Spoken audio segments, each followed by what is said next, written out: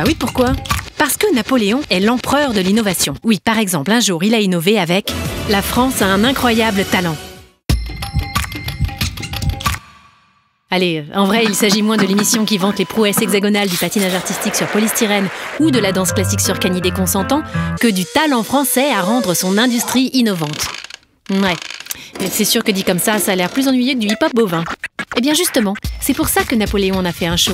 Enfin, une démonstration. Bulle de préambule. Cette vidéo va tenter la prouesse, autant dire le saut de la mort, d'éviter le speaking English. Car Napoléon a un gros problème avec les Anglais, donc avec les anglicismes, le reine d'angleterrisme, le hooliganisme et tutti-quantisme. Reprenons. L'objectif de Napoléon, c'est la mise à l'index de l'économie anglaise. Il faut qu'on achète en France plutôt qu'ailleurs en général et plutôt qu'en Angleterre en particulier.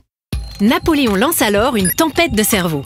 C'est son ministre qui lui parle d'un un coup, une exposition qui a eu lieu une seule fois sous le Directoire, une sorte de semaine mode de l'industrie française. Napoléon le bien chapeauté décide de piquer l'idée et d'en faire un refaire. Son exposition des produits de l'industrie sera annuelle, elle. Bon, entre 1801 et 1849, il n'y en aura que 11.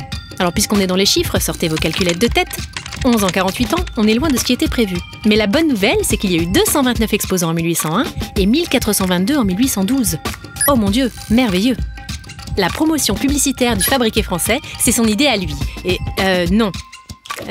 Oui, aussi, mais non, enfin pas là, quoi. Oui, Napoléon!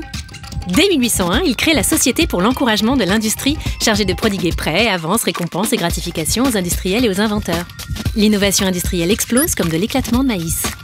En métallurgie, un certain Vandal va utiliser le coke. Non, j'ai dit le coke. Voilà.